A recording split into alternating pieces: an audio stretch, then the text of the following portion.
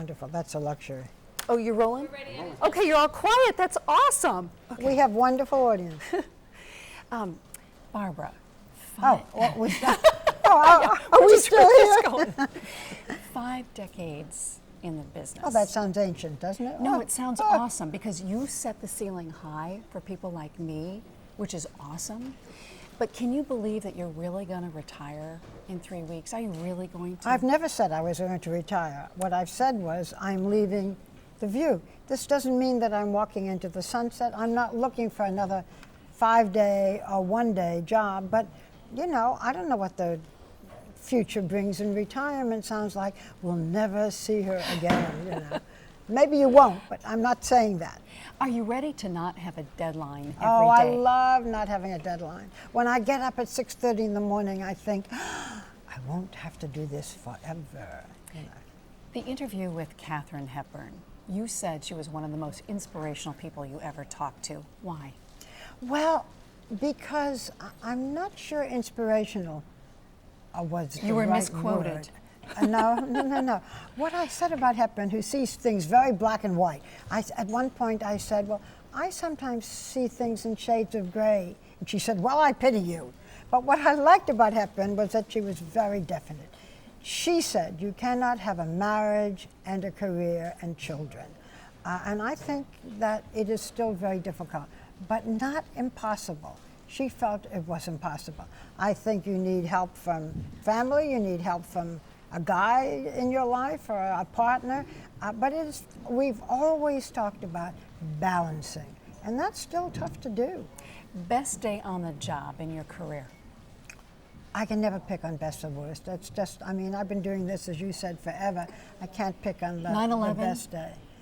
I'm sorry, I can't do that. Forgive me. Oh, I no, cannot pick. Certainly, 9/11 was not the best day. 9/11 was a terrible day.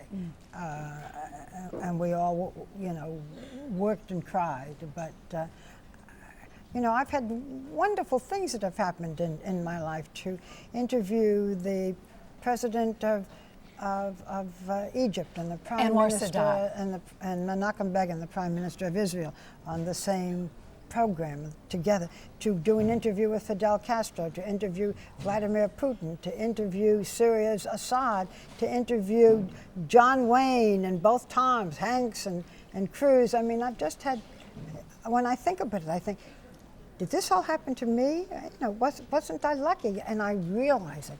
I realize how lucky I have been.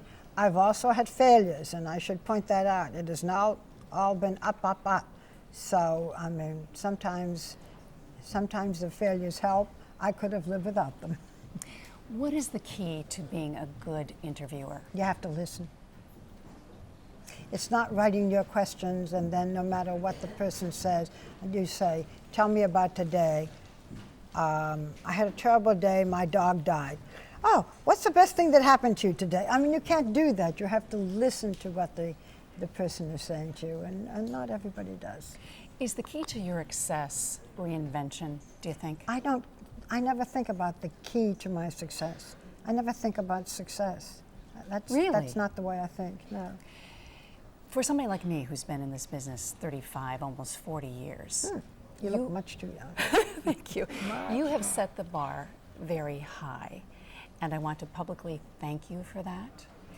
And it is Barbara Walters' status that we all want to achieve, to stay in the business, to get out of the business on our own terms. Is that what you're doing? I have said, and I thank you for bringing that up, but I want to leave while people still want to interview me and still care a little bit rather than, oh, is she still here? And I think you have to know when to go. I have had a wonderful career. There will be opportunities perhaps in the future for me to weigh in on this or weigh in on that, but I know it's time to go. And How do you know? also, How do you know? You just do. I mean, you should. I mean, I've seen people who don't, haven't you? Yes. You know, and you feel sad for them. And I want to leave while people are still enjoying me and while I still have time. Most of the time when I've traveled, all I've seen is the inside of a studio. There has to be more than that. What's next, do you think, or do you not know? Oh, who knows? I mean, what's next is I'm going to sleep, as I said. I'm going to travel a little bit. I haven't really thought about broadcasting or wanting to do another show. I've created The View. I will continue to be the executive producer along with Bill Getty, so that will keep me involved, and that's as far as I can think. After 17 years of sitting here, May 16th comes. Mm-hmm. What is that day going to be like? I hope that it will be a day that fills me with gratitude, and that I will be able to say goodbye not just to the people I work with, but to the viewers who have watched. I mean, they're the ones who have made it possible for me to be on. And if my legacy is someone like you, then what a wonderful legacy to have, the women who have come after me. I mean, that's what makes me proud when I see what women are doing in television today that they did not do and that I was not allowed to do. That What gives weren't me you great allowed pleasure. to do? Well, when I was first on, I had a male partner who didn't want me to ask any questions until he had asked 4. I could come in on the 5th question. He didn't want me to do so-called hard news. I was supposed to do what I call tea pouring, you know, fashions and beauty and so forth. It's hard to believe. I was going to say it sounds like the last century, and it was the last century. Today, there's nothing that women can't do and don't do.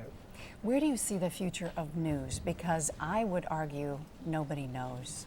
Well, I think it depends on what you mean by the future of news. If you're talking about just watching it on television, I think most young people don't sit down in front of a television set. They're on their iPad or they're on their computer. News will continue. What we're talking about is how we're going to get our news. And we're going to end up probably getting it, you know, on a little iPhone or something, you know, smaller than my fist. There are so many different ways now of getting news if you want to. If you want to. Barbara, thank you. Thank you so much. Appreciate it very much. Appreciate Appreciate it. interviewing me and listening. Thank you. Yes, thank you. That is the key.